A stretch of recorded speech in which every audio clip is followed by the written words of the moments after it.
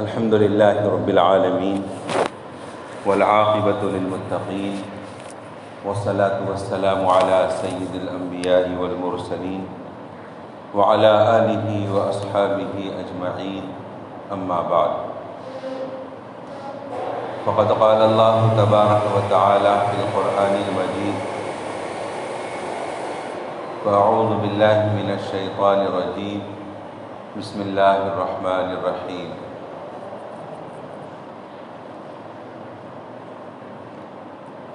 وَمِنْ آيَاتِهِ أَنْ خَلَقَ لَكُم مِّنْ أَنفُسِكُمْ أَزْوَاجًا لِتَسْكُنُوا إِلَيْهَا وَجَعَلَ بَيْنَكُم مَّوَدَّةً وَرَحْمَةً إِنَّ فِي ذَلِكَ لَآيَاتٍ لِقَوْمٍ يَتَفَكَّرُونَ۔ وقال في مقام آخر: وأنكحوا الأيام منكم والصالحين من عبادكم وإمائكم إن يكونوا فقراء يغنيهم الله من فضله والله واسع عليم۔ وقال النبي صلى الله عليه وسلم: إن أعظم النكاح بركة أيسره مؤونة، أو كما قال عليه الصلاة والسلام۔ صدق الله العظيم وصدق رسوله النبي الكريم۔ اللهم صل على سيدنا محمد وعلى آل سيدنا محمد وبارك وسلم۔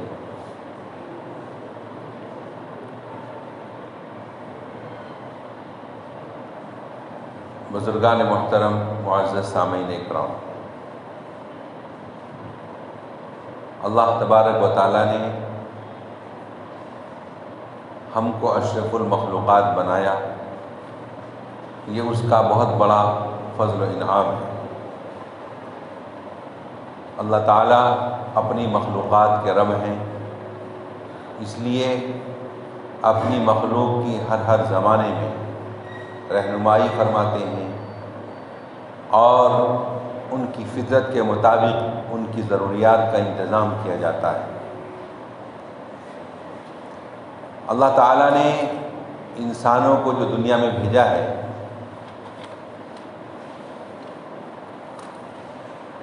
اس کا مقصد تو اللہ کی عبادت ہے۔ وَمَا خَلَقْتُ الْجِنَّ وَالْإِنسَ إِلَّا لِيَعْبُدُونِ، کہ ہم نے جناتوں اور انسانوں کو صرف اور صرف اپنی عبادت کے لیے پیدا کیا ہے۔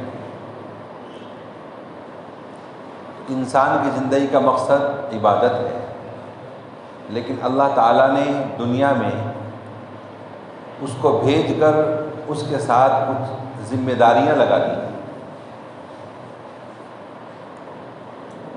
اس کے لیے ایسا نظام بنایا ہے کہ انسان دنیا میں اس وقت تک زندہ نہیں رہ سکتا جب تک کہ اس کے لیے کھانے پینے کا انتظام نہ ہو۔ تو اللہ تعالیٰ نے اس کے لیے کھانے پینے کا انتظام فرمایا، کیونکہ انسان کو اگر روٹی نہ ملے، بھوکا انسان تھوڑے دن زندہ رہ سکتا ہے، مستقل زندہ نہیں رہ سکتا۔ ایسے ہی پیاس انسان کے اندر رکھی ہے، جب تک کہ انسان پانی نہ پیے تو زندہ نہیں رہ سکتا۔ تو جس طرح انسان کو بھوک لگتی ہے، پیاس لگتی ہے، اس کے لیے اللہ نے انتظام فرمایا۔ بھوک لگی تو کھانا کھاتا ہے، پیاس لگی تو پانی پیتا ہے۔ اسی طرح اللہ تعالیٰ نے جس طرح انسان کے اندر بھوک کی خواہش ہے، پانی کی خواہش ہے، ایسے ہی اللہ تعالیٰ نے اس کی فطرت میں ایک اور خواہش رکھی ہے۔ وہ کیا ہے؟ جنسی خواہش، سیکسی خواہش، کہ انسان کی فطرت ہے جب وہ بالغ ہو جاتا ہے تو اس کے اندر شہوانی جذبات ابھرنے لگتے ہیں اور خواہش ابھرنے لگتی ہے، مرد میں بھی اور عورت میں۔ جب انسان کو خواہش پیدا ہوتی ہے مرد کو، تو عورت کی تمنا کرتا ہے، عورت کے اندر خواہش پیدا ہوتی ہے تو مرد کی تمنا کرتی ہے عورت۔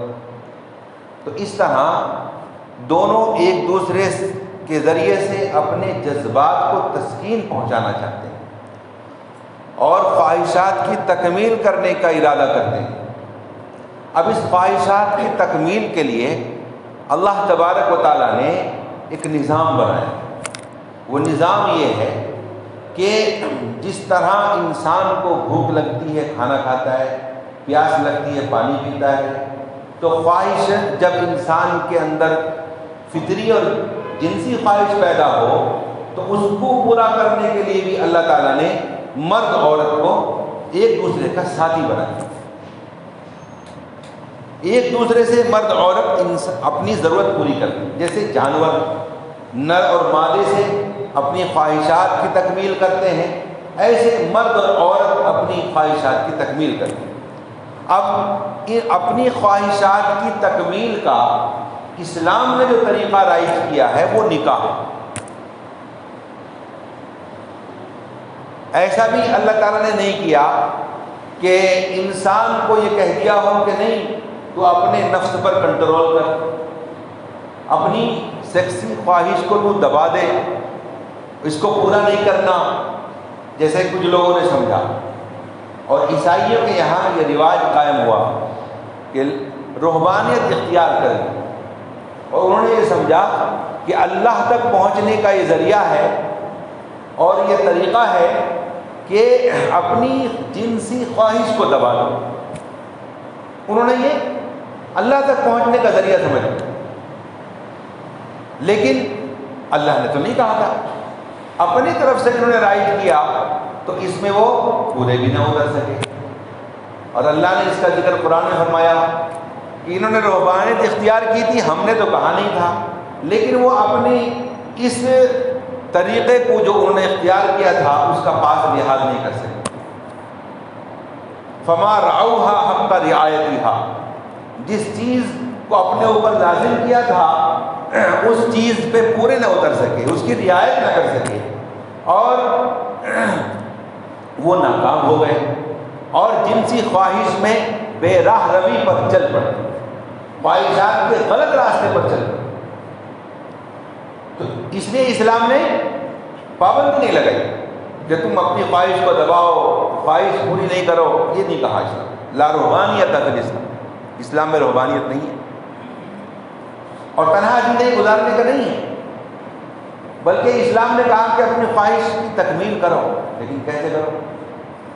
جانوروں کی طرح بالکل بے محابہ اجازت بھی نہیں دی گئی، اور انسان کو جانور کی طرح بے محال چھوڑا بھی نہیں گیا کہ جہاں چاہے جانور کی طرح منہ مارتا پھرے، ایسا بھی نہیں کہا، اور اس کو حرام قرار دیا کہ جہاں چاہے آدمی اپنی جنسی خواہش پوری کرے، اس کو حرام قرار دیا، اس کو زنا قرار دیا، اور فرمایا ولا تقربوا الزنا انہ کان فاحشہ، زنا کے قریب بھی مت جاؤ، یہ بے حیائی کا راستہ۔ تو ایک طرف نہ تو جنسی خواہش کو مکمل دبانے کا حکم، نہ ایک دوسری طرف جو ہے جنسی خواہش کو آزادانہ طریقے سے پورا کرنے کا حکم، دونوں بھی منع، کیونکہ اسلام ایک دین فطرت ہے، اور اسلام نے جو احکام دیے ہیں انسانوں کی ضروریات کو سامنے رکھ کر، ان کی فطری ضرورت کو سامنے رکھ کر اللہ نے احکام دیے، تو وہ احکام بالکل اعتدال پر ہیں، درمیانی اندر۔ چنانچہ اسلام نے انسان کو اس کی جنسی اور سیکسی خواہش پورا کرنے کا حکم دیا، وہ کس طریقے سے؟ نکاح کے ذریعے سے، نکاح کے ذریعے سے، اور کہا کہ نکاح کرو، فَانْكِحُوا مَا طَابَ لَكُم مِّنَ النِّسَاءِ مَثْنَىٰ وَثُلَاثَ وَرُبَاعَ، کہ تم نکاح کرو دو دو سے، تین تین سے، چار چار سے، ایک سے چار تک نکاح کر سکتے۔ اور یہ فرمایا وَلَقَدْ أَرْسَلْنَا رُسُلًا مِّن قَبْلِكَ وَجَعَلْنَا لَهُمْ أَزْوَاجًا وَذُرِّيَّةً، کہ اے پیغمبر صلی اللہ علیہ وسلم، ہم نے آپ سے پہلے بھی بہت سارے رسول بھیجے، دنیا میں اور بھی نبی آئے، لیکن ہر نبی اولاد والا تھا، بیویوں والا تھا، ہر نبی نے شادیاں کی، بیویاں رکھی، اولاد ہوئی ان کے یہاں، اور ایک نہیں کئی کئی بیویاں تھیں. اس کی تفصیل میں پہلے بتا چکا ہوں. بہرحال تو نکاح یہ نبیوں کی سنت ہے،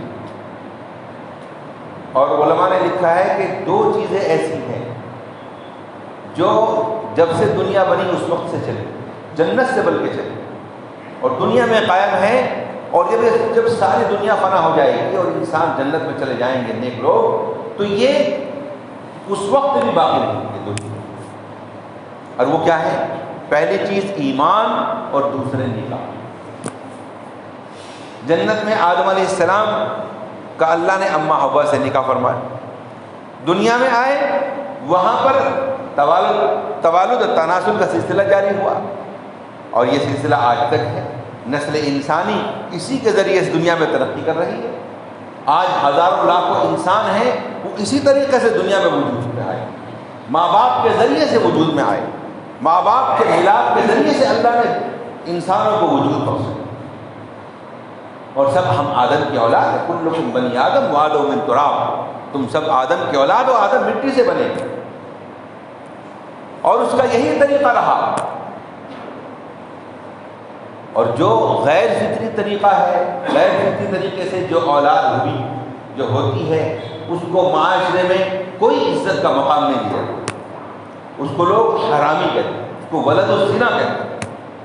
معاشرے میں ان کا کوئی مقام نہیں، کوئی عزت نہیں. اس لیے اسلام نے کہا کہ عزت انسان کی سب سے بڑی چیز ہے.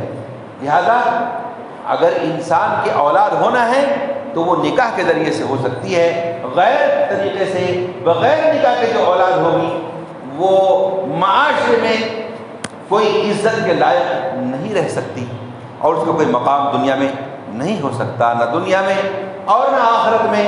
اگر وہ اچھے اعمال نہ کرے، توبہ نہ کرے، تو پھر آخرت میں نقصان. تو بہرحال یہ نسل کے بڑھنے کا ذریعہ ہے.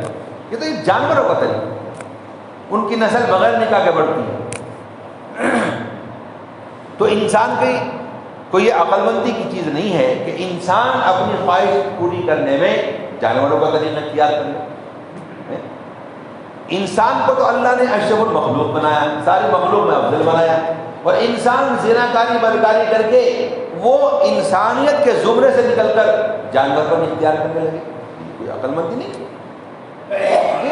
جو لوگ معاشرے میں یہ بدکاری پھیلاتے ہیں، ان کی مثال تو علماء نے لکھی ہے کہ ٹوائلٹ، سرکاری بیت الخلا کی، سرکاری بیت الخلا کہ ہر کوئی فیس دے کر کے بیت الخلا استعمال کرتا ہے. تو ایسے ہی جو مرد اور عورت زناکاری بدکاری کرتے ہیں، وہ ان کی مثال بھی سرکاری بیت الخلا کی طرح کہ ہر کوئی فیس دے کر اپنی خواہش پوری کر رہا، اپنی ضرورت پوری کر کے جاتا ہے. تو انسان کو اللہ نے اشرف المخلوق بنایا، لیکن انسان اللہ کے احکام کو توڑ کر اپنی خواہشات کے پیچھے پڑ کر انسانیت کے زمرے سے نکل کر جانور پر اختیار کر لیتا ہے، جانور بن جاتا ہے. تو یہ کوئی اچھی بات نہیں ہے کہ اللہ نے تو بنایا انسان، اور بجائے انسان رہنے کے جانور بن جائے. یہ فطرت کے خلاف چیز ہے. لہذا اسلام نے اس کو حرام کیا اور نکاح کا حکم دیا اور ترغیب دی اور فضیلتیں بتائیں. چنانچہ قرآن کریم میں اس کی فضیلتیں بتائی گئی کہ جب انسان نکاح کرتا ہے تو نکاح کے ذریعے دونوں میاں بیوی کو اللہ تعالیٰ سکون عطا فرما دیتے ہیں، اور اس کو اللہ نے اپنی نشانی قرار دی. وَمِنْ آيَاتِهِ خَلَقَ لَكُم مِّنْ أَزْوَاجًا، کہ اللہ کی قدرت کی نشانیوں میں سے ہے یہ بات کہ تمہیں میں سے تمہارا جوڑا ہم نے بنا دیا. کیوں؟ لِتَسْكُنُوا إِلَيْهَا، تاکہ تم ایک دوسرے سے سکون حاصل کرو. مرد کو اگر سکون مل سکتا ہے تو وہ عورت کو اگر سکون مل سکتا ہے تو اپنے شوہر سے. اس کے علاوہ کوئی اور طریقہ نہیں ہے. چنانچہ نکاح کے بہت سارے فوائد، بہت سارے مقاصد ہیں، اس کی لمبی تفصیلات ہیں. نکاح کا ایک مقصد یہ ہے کہ انسان کی آبرو محفوظ ہو جائے، اس کی آبرو اور عزت محفوظ ہو جائے. کیونکہ اگر انسان نکاح نہیں کرے گا تو کیا ہوگا؟ جنسی خواہش تو ابھرے گی. جیسے بھوک لگتی ہے تو کھانے کو جی چاہتا ہے، پیاس لگتی ہے تو پانی پینے کو جی چاہتا ہے. تو انسان کے اندر جنسی خواہش پیدا ہوگی تو کیا ہوگا؟ اس کی تکمیل کو جی چاہے گا، خواہش پوری کرنے کو جی چاہے گا. تو لہذا جب یہ خواہش پوری کرنا ہی ہے تو اس کے لیے اللہ نے کیا کیا؟ یہ کہہ دیا کہ بھائی اپنی بیوی سے پوری. تو جب انسان نکاح کر لے گا تو اپنی بیوی سے حلال طریقے سے جو ہے اس کی خواہش پوری ہو جائے. اور یہ صرف جیسے کہ میں نے بتایا کہ انسان کو سکون مل جائے گا، سکون مل جائے گا. اور اس کو اللہ تعالیٰ نے اتنا بڑا درجہ دیا ہے کہ اللہ کے نبی فرمایا کہ تمہاری بیویوں سے جو ملتے ہو اس میں بھی اللہ نے تمہیں صدقے کا ثواب رکھا. بیوی سے ملاقات پر بھی صدقے کا ثواب رکھا. وفی بِضْعِ أَحَدِكُمْ صدقہ، کہ تمہاری بیوی میں بھی تم میں سے کوئی ملتا ہے تو اس پر ملنے پر بھی صدقے کا ثواب رکھا. جب صحابہ کے سامنے یہ بات اللہ کے نبی نے فرمائی تو صحابہ فرمایا یا رسول اللہ، کیا ہم اپنی بیوی سے مل کر اپنی خواہشات پوری کرتے ہیں؟ اپنی خواہش پوری کرنے پر بھی ہمیں اجر ملتا ہے؟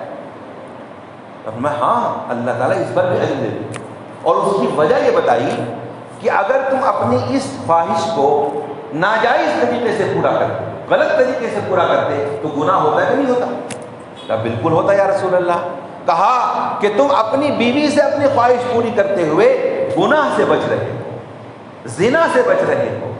تو اللہ تعالیٰ نے، ظاہر ہے کہ تم جب گناہوں سے بچ رہے ہو تو کیا یہ تمہارے لیے اجر و ثواب کی چیز نہیں ہے؟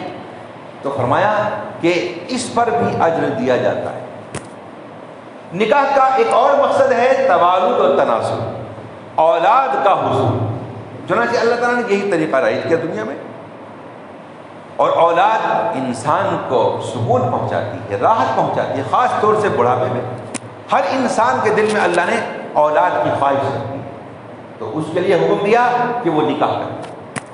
یہ نکاح انبیاء کی سنت قرار دیا. نکاح کا مقصد بتایا کہ اس سے سکون حاصل ہوتا ہے، اس سے اولاد کا حصول ہوتا ہے، اس سے انسان کو عزت و شرافت ملتی ہے، جبکہ بدکاروں کی کوئی عزت دنیا میں نہیں ہوتی. اولاد کے ذریعے انسان عزت پاتا ہے. اولاد پیدا ہوئی نکاح کرنے کے بعد اور اس نے اس اولاد کو پڑھایا لکھایا، اس کو اچھے اخلاق سکھائے، تو پھر یہی اولاد انسان کی دنیا میں بھی نیک نامی کا ذریعہ بنتی ہے. اور یہی اولاد جب دیندار ہوتی ہے تو باپ اور ماں کے انتقال کے بعد یہی اولاد پھر ماں باپ کے حق میں دعائے مغفرت ہے، پھر ان کو جنت میں جانے کا ذریعہ بن جاتی ہے. تو بہرحال یہ بہت سارے فوائد ہیں. لیکن اللہ کے نبی نے جو نکاح کیا اور اس کو رواج دیا، اس کا مقصد یہی تھا کہ زنا ختم ہو جائے، بدکاری ختم ہو جائے اور نکاح عام ہو جائے. تو اس لیے اس کا طریقہ کیا رکھا گیا کہ نکاح کو آسان بناؤ، نکاح کو آسان کرو. آپ نے اپنے نکاح کیے بالکل سادگی سے، اپنے بچوں کے نکاح کیے سادگی سے، بالکل آسانی سے. صحابہ کو بھی اسی کی ترغیب دی اور یہاں تک فرمایا ان اعظم النکاح برکتاً ایسرہ مؤونہ، کہ لوگوں برکت والا نکاح وہ ہے کہ جس میں کم خرچ ہو، جس میں کم خرچ، اسے برکت والا نکاح قرار دیا. آپ نے اپنے عمل سے یہ بتایا کہ نکاح کرنا بہت آسان ہے. پہلی چیز آپ نے فرمایا نکاح میں 2 خرچے، ایک مہر ایک ولیمہ، ایک مہر اور ایک ولیمہ. مہر تو عورت کا حق بتایا، حسب حیثیت لڑکی کا مہر باندھ کر لڑکی کا، اور لڑکے کو کہا کہ اس کا مہر ادا کر. اس میں بھی آسانی کر دی، نقد نہیں دے سکتے، کیش فوراً نہیں دے سکتے تو بعد میں دے دو، روپیہ پیسہ نہیں دے سکتے تو زیور بنا کے ڈال دو. اتنی آسانی کر دو. لیکن دینا نہیں دو گے تو اللہ کے یہاں دینا پڑے گا. دوسری چیز ولیمہ. ولیمے کے بارے میں اختیار دیا، تمہیں سہولت ہو تو ولیمہ کر دو، سہولت نہیں کر دو، لیکن بہتر ہے کر دو جتنی سہولت ہو اس کے حساب سے. ایسا نہیں ہے کہ سود پر پیسہ لے کر قرض لے کر ولیمہ کیا جائے اور ہزاروں کی دعوت دی جائے اور بہترین بریانی اور بہترین کباب بنائے جائیں، اس سے کوئی ضروری نہیں۔ آپ کے اندر جتنی طاقت ہے اتنا مہر جو ہے ولیمہ اس کے حساب سے کر۔ آپ کو اگر دال کھانا کھلانے کی طاقت ہے دال کھانا کھلا دو، کوئی ضروری نہیں بریانی کھلانا۔ تو بہرحال اتنا آسان کر دیا، اس کے علاوہ کوئی خرچ نہیں، دو ہی خرچ، اور وہ بھی دونوں لڑکے کے ذمہ، مہر بھی اور ولیمہ بھی۔ لڑکی والوں کے ذمہ کوئی خرچ ہی نہیں رکھا گیا، اتنا آسان کر دیا۔ اور آپ نے اپنے عمل سے بھی ایسا ہی کیا۔ بعض صحابہ کے بارے میں آتا ہے کہ انہوں نے نکاح کیا، حضور تک کو خبر نہیں، کوئی دعوت نہیں، کوئی دعوت کا اہتمام نہیں۔ ایک عورت آئی، اللہ کے رسول یا تو آپ خود مجھ سے نکاح کر لیں اپنا، یا میرا کسی اور سے نکاح کرا دیں۔ آپ خاموش ہو گئے، وہ بیٹھی رہی۔ ایک صحابی آئے، فرمایا یا رسول اللہ آپ اس عورت سے میرا نکاح کر دیجیے۔ اب آپ نے فرمایا تیرے پاس کچھ ہے اس عورت کو دینے کے لیے؟ کہا میرے پاس کچھ بھی نہیں ہے۔ ارے کہا جا گھر میں جا کے دیکھ کچھ ہوگا۔ کہا اللہ کے رسول کچھ بھی نہیں ہے، کچھ بھی نہیں ہے۔ عورت کو دینے کے لیے نہ تو مہر کو میں دینے کے لیے کوئی چیز ہے، نہ ولیمہ کرنے کے لیے کوئی چیز ہے، کچھ بھی نہیں ہے۔ اب آپ کہتے تھے نہیں جانے ایسے بول سکتے تھے نا، تیرے پاس کیا بھی نہیں ہے، مہر بھی دینا ہے تجھے، ولیمہ بھی کرنا ہے، جی آپ کہہ سکتے تھے نا۔ لیکن آپ نے اس وجہ سے حتیٰ کروایا تیرے یہاں کوئی انگوٹھی نہ پڑی ہوگی لوہے کی؟ کہ اللہ کا رسول وہ بھی کچھ نہیں۔ فرمایا ایک کام کر، تجھے قرآن تو آتا ہے نا، جا اس عورت کو قرآن سکھا دینا، یہی اس عورت کا مہر۔ یعنی کچھ بھی نہیں تھا، اس وجہ سے نکاح نہیں روکا گیا اور اسی حالت میں نکاح کر دیا۔ یہ میں بتانا چاہتا ہوں۔ ایسی بہت ساری مثالیں میں بتاؤں نا گھنٹوں لگ جائیں گے، اتنے واقعات ہیں اللہ کے نبی کے زمانے میں کتنا سادگی سے نکاح ہوتا ہے۔ اب میں یہ کہنا چاہتا ہوں کہ اب ہم اپنی حالت پر غور کریں کہ ہم بھی اسی نبی کے نام لے لیں جس نبی نے اتنی سادگی سے اپنے اپنے بچوں کے اور اپنے صحابہ کے نکاح کیے اور کرائے۔ ہم بھی اسی نبی کا نام لیتے ہیں، اسی نبی کے نام پر ہم اپنے آپ کو سر اٹھا کر کے چلتے ہیں کہ ہم نبی کے عاشق ہیں، لیکن ہمارا عمل کیا ہے؟ سینے پہ ہاتھ رکھ کر اللہ کا واسطہ دے کر سوچو کہ کیا ہم نکاح کے معاملے میں اسی نبی کا طریقہ اختیار کر رہے ہیں یا غیروں کا طریقہ اختیار کر رہے ہیں؟ اگر ہم آج نبی کے طریقے پر سادگی کے ساتھ سنت کے مطابق نکاح کرتے تو آج وہ عائشہ نامی لڑکی خودکشی کرنے پر مجبور نہ ہو۔ ابھی 3 دن پہلے 4 دن پہلے سوشل میڈیا پر واقعہ ویڈیو اس اور لڑکی کا جو ہے جاری ہوا، سب نے دیکھا ہو، سب نے۔ اس نے کیا وجہ بتائی؟ اپنی خودکشی کی یہ وجہ بتائی کہ میرا شوہر مجھ سے جہیز کا مطالبہ کرتا۔ تنگ آ کر کے اس کے ماں باپ نے اسے یہ بھی واسطہ دیا کہ تیرا نام اماں عائشہ کا نام ہے، تجھے اللہ کے قرآن کی قسم ہے تو ایسا کام مت کر۔ لیکن وہ اس قدر مجبور ہو چکی تھی، اس قدر مایوس ہو چکی تھی کہ وہ اتنا گھناؤنا جرم جو ہے وہ اس وجہ سے کہ جوڑا جہیز کی وجہ سے جو ٹارچر کیا گیا، تنگ کیا گیا، وہ اپنی جان دینے پر مجبور تھی۔ اگرچہ ہم کو پتہ ہے کہ خودکشی حرام ہے، ناجائز ہے، کسی انسان کو اپنی جان لینے کی اجازت نہیں ہے کہ یہ جان اللہ کی امانت ہے، لیکن اس نے اتنا بھیانک قدم کیوں اٹھایا؟ اس لیے اٹھایا کہ اسے معاشرے نے، سماج نے اسے یہ قدم اٹھانے پر مجبور کیا۔ اور یہ تو ویڈیو وائرل ہو گیا تو پتہ چل گیا ایسی کتنی ہزاروں عائشہ ہیں جو آج جہیز کے نام پر بھیٹ چڑھائی جا رہی ہے، اور فضول خرچی کے وجہ سے شادی بیاہوں میں جو رسومات ہو رہی ہیں، فضول خرچیاں ہو رہی ہیں، اس کی وجہ سے جو مہنگی مہنگی شادیاں مالدار کر رہے ہیں، ان مالداروں کی مہنگی شادیوں کی وجہ سے غریب بچیوں کی شادیاں رکی ہوئی۔ آج 30 40 سال کی جوان بچیاں جہیز نہ ہونے کی وجہ سے گھر میں بیٹھے، اور کوئی تو خودکشی کر رہی ہے، کوئی پھانسی لگا کر پھانسی کے پھندے کو چوم رہی ہے، اور کوئی آگ میں لگا رہی ہے اور کوئی غیروں کے ساتھ بھاگ رہی ہے۔ کیوں؟ کوئی اپنا نوجوان تو بغیر جوڑے جہیز کے اسے قبول کرنے کے لیے تیار نہیں۔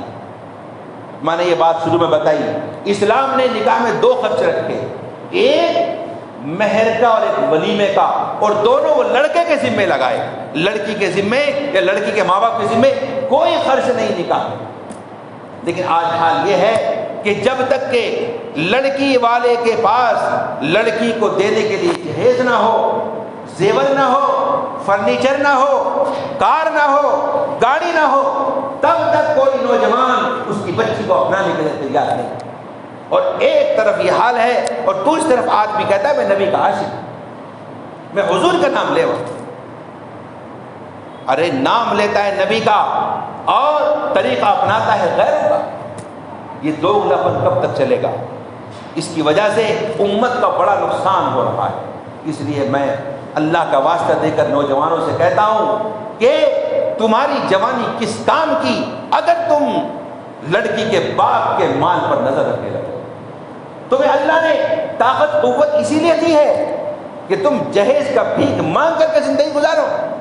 کیا لڑکی کے ماں باپ کے جوڑے میں اور اس کے زیور پہن کر کے تمہارا نکاح ہوگا؟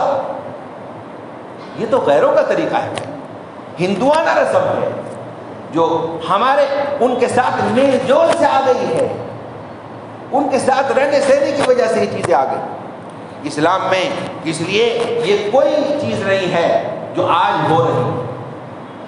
ان چیزوں کو ختم کرو، نکاح کو آسان بناؤ تاکہ زنا مشکل ہو۔ آج چونکہ نکاح مشکل ہو چکا ہے اس لیے زنا عام ہو، اور زنا جب عام ہوتا ہے تو اللہ کی طرف سے عذاب نازل ہوتا ہے، اور یہ ہو رہا ہے۔ اس کا سبب ہم خود ہیں۔ اللہ کے واسطے اس برائی کو مٹاؤ، ختم کرو، اور جو ذمہ دار قسم کے لوگ ہیں، جو مالدار لوگ ہیں، میں کہتا ہوں تم آگے آؤ، اپنی بچیوں کے ساتھ کسی سے نکاح کرو۔ ارے شادی ہونے کے بعد میں اپنی بیٹی داماد کو جو چاہے دے دینا، کون منع کر رہا ہے؟ تمہاری بیٹی ہے، تمہارا دادا، پوری جائیداد لکھ دو، کون منع کر رہا ہے؟ لیکن شادی میں دکھلا کر کے جو دیتے ہو جوڑا جہیز، یہ اس غریب بچی کی شادی میں رکاوٹ بنتا ہے، یہ معاشرے میں زنا پھیلنے کا ذریعہ بنتا ہے، یہ معاشرے میں بچیوں کی خودکشی کا ذریعہ بنتا ہے۔ اس لیے ان چیزوں سے باز آؤ، وقت نہیں ہے ورنہ میں اور تفصیل بتاتا اس میں۔ میں اسی پر بات اپنی ختم کرتا ہوں۔ آخر میں ایک بات کہتا ہوں کہ لڑکی والوں کی بھی کمی ہے، وہ بھی برابر کے مجرم ہیں۔ کوئی لڑکا اگر کہتا ہے میں سادگی سے نکاح کرنا چاہتا ہوں تو سمجھتے کیا اس کے اندر کچھ کمی ہے کیا، کہ سارے پوچھ رہے ہیں نہیں پوچھ رہا، یہ حالت آ گئی، ایسے واقعات آ رہے۔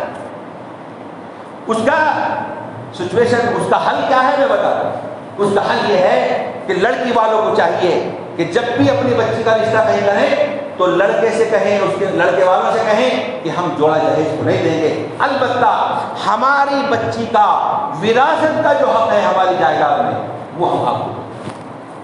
کیونکہ یہ جوڑا جہیز دینا تو جائز نہیں ہے، لیکن لڑکی کو اپنے وراثت کے مال میں حق دینا، جائیداد میں حق دینا، یہ فرض اور واجب ہے، یہ اللہ کی سے مقرر کر ہے۔ افسوس ہے کہ ہم نے اللہ کے حکم کو تو ٹھکرا دیا، وراثت میں کوئی حصہ نہیں دے رہا، کوئی بھائی اپنی بہن کو حصہ نہیں دے رہا، لیکن جوڑا جہیز کے نام پر ہم لاکھوں قربان کر رہے ہیں۔ تو جو غلط طریقہ ہے اسے ختم کرو۔ میں سمجھتا ہوں اگر وراثت دینا شروع کر دو گے اپنی بچیوں کو تو کوئی نوجوان تم سے جوڑا جہیز نہیں مانگے، یہ اس کا بہترین حل ہے۔ اللہ مجھے آپ کو ان باتوں پر عمل کی توفیق عطا فرمائے، آمین۔ وآخر دعوانا الحمدللہ۔